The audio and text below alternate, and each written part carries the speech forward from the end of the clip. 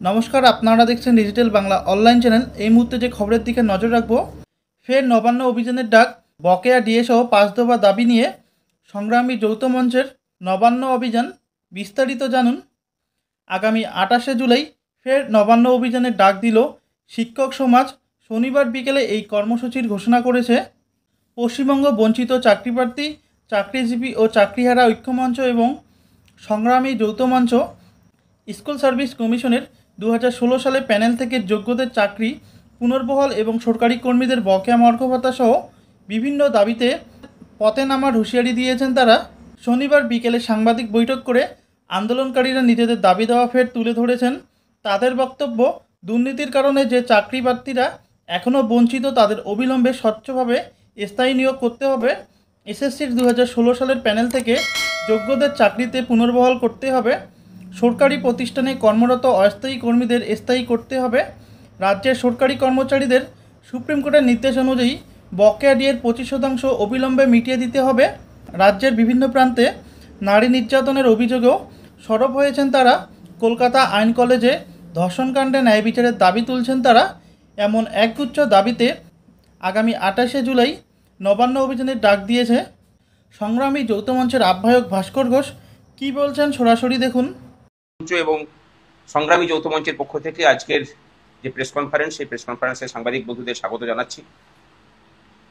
আপনারা জানেন যে প্রত্যেকটা ক্ষেত্রেই এক দুর্বিষহ অবস্থার মধ্যে দিয়ে গোটা রাজ্যবাসী চলেছে।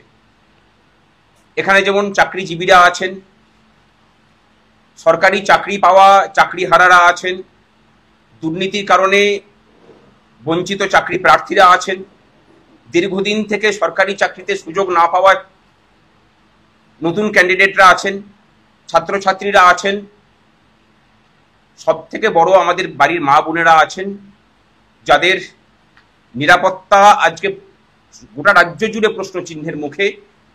তার কারণ দুষ্কৃতকারীদের বিরুদ্ধে এই রাজ্যের প্রশাসনের রেড কার্পেট বিছিয়ে দেওয়ার যে নীতি 2011 সাল থেকে চলছে, তার কারণে আমরা এই সমস্ত কিছুকে একত্রীভূত করে আগামী দিনে একগুচ্ছ কর্মসূচি নিতে চলেছি। যেসব দাবিতে আমাদের এই আন্দোলন সংগঠিত হবে, তার মধ্যে যেমন আমরা দাবি করছি যে পশ্চিমবঙ্গ সরকারের প্রায় 6 লক্ষ শূন্য পদ, সেই শূন্য পদে স্বচ্ছতার সাথে স্থায়ী নিয়োগ করতে হবে এবং যে নিয়োগ কমিশনগুলো আছে পিএসসির মতো, এসএসসির মতো, তাদেরকে সম্পূর্ণ স্বায়ত্ত শাসন যেগুলো দেওয়া আছে সেই স্বায়ত্ত শাসন দিতে হবে।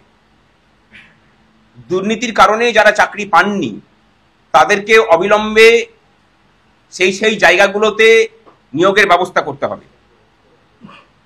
এসএসসি 2016 প্যানেলের যেসব শিক্ষক শিক্ষিকা এবং শিক্ষাকর্মীদের চাকরি গেছে, তাদের প্যানেল বাঁচানোর জন্য অবিলম্বে সমস্ত ওএমআর পাবলিশ করা এবং যোগ্যদের নির্ভুল তালিকা পেশ করে এই প্যানেলকে বাঁচানোর প্রচেষ্টা করতে হবে। এবং তার সাথে শিক্ষামন্ত্রী যে বলেছিলেন বিধানসভাতে দাঁড়িয়ে প্রায় 1.5 লক্ষ শূন্য পদ আছে উচ্চশিক্ষা প্রতিষ্ঠানগুলোতে, সেই 1.5 লক্ষ প্রতিষ্ঠানের জন্য নতুন করে এসএসসির বিজ্ঞপ্তি জারি হোক। 1.5 লক্ষ শূন্য পদ কিন্তু দেওয়া হয়েছে মাত্র 20,000। 2016 সালের পর থেকে নতুন করে কোনো এসএসসি হয়নি। এই রাজ্যের লক্ষ লক্ষ ছেলে মেয়ে এসএসসি দেওয়ার জন্য মুখিয়ে আছেন, তাদের সামনে নতুন করে সুযোগ তৈরি হোক। কিন্তু 2016 সালের যে ভ্যাকেন্সি ছিল, সেই ভ্যাকেন্সি 2016-তে যে পরীক্ষা হয়েছিল সেখান থেকেই পূর্ণ করতে হবে। ওই প্যানেলে রিভিজিট হোক, আমরা সেটা চাই। আর একটা বড় ইস্যু সরকারি কর্মচারীদের ডিএ। আপনারা জানেন যে গতকালকে সরকার আইএ ফাইল করেছে। আমরা চাই যে সরকার অবিলম্বে এই আইএ কে প্রত্যাহার করে সুপ্রিম কোর্টের যে অন্তর্বর্তীকালীন নির্দেশ ছিল 25% ডিএ দেওয়ার, সেটাকে মিটিয়ে দিক। অন্যথায় আমরা আদালত অবমাননার মামলা যেমন করব, পথে নামা হবে সর্বশক্তি নিয়েই। এবং তার সাথে নারী সুরক্ষার বিষয়টাকে আমরা সংযুক্ত করছি। এই সমস্ত বিষয়কে নিয়ে এবং 2016 সালের আগে যাদের ওবিসি ক্যাটাগরিভুক্ত, আপনারা জানেন যে কোর্টের নির্দেশে নতুন করে যারা ওবিসি তালিকাভুক্ত হয়েছিলেন তাদেরকে সুযোগ পাচ্ছে না। কিন্তু সুযোগ পাচ্ছে না বলে যারা পূর্ব থেকে সেই অধিকার ভোগ করতেন তাদেরও অধিকারগুলোকে কেড়ে নেওয়া হয়েছে। সাংবিধানিক অধিকার হরণ করা বলছি আমরা এটাকে। এই সমস্ত দাবি নিয়ে আমরা আগামী 21 তারিখ 21শে আইনের দেশে 21 উৎসব পালন করব। আমরা 21শে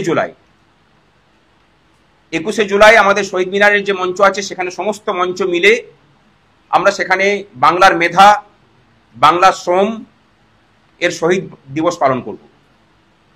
এবং তার সাথে 28শে জুলাই আমরা নবান্ন চলো কর্মসূচির ডাক দিচ্ছি। এই নবান্ন চলো কর্মসূচিতে আমরা এই রাজ্যের সমস্ত গণতন্ত্র প্রিয় মানুষ যারা মনে করছেন যে এই রাজ্যের সরকারের প্রাতিষ্ঠানিক দুর্নীতির ফলে আপনিও বঞ্চিত, তারা সকলে এসে যোগ দিন।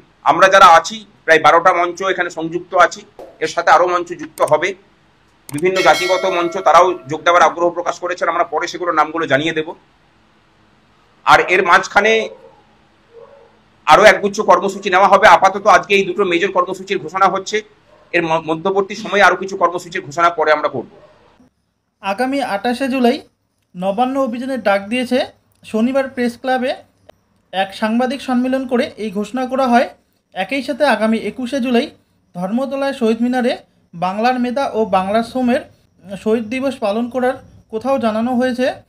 সরকারের প্রাতিষ্ঠানিক দুর্নীতির কারণে রাজ্যের মানুষ এই দুর্বিষহ অবস্থার মধ্যে দিয়ে যাচ্ছে।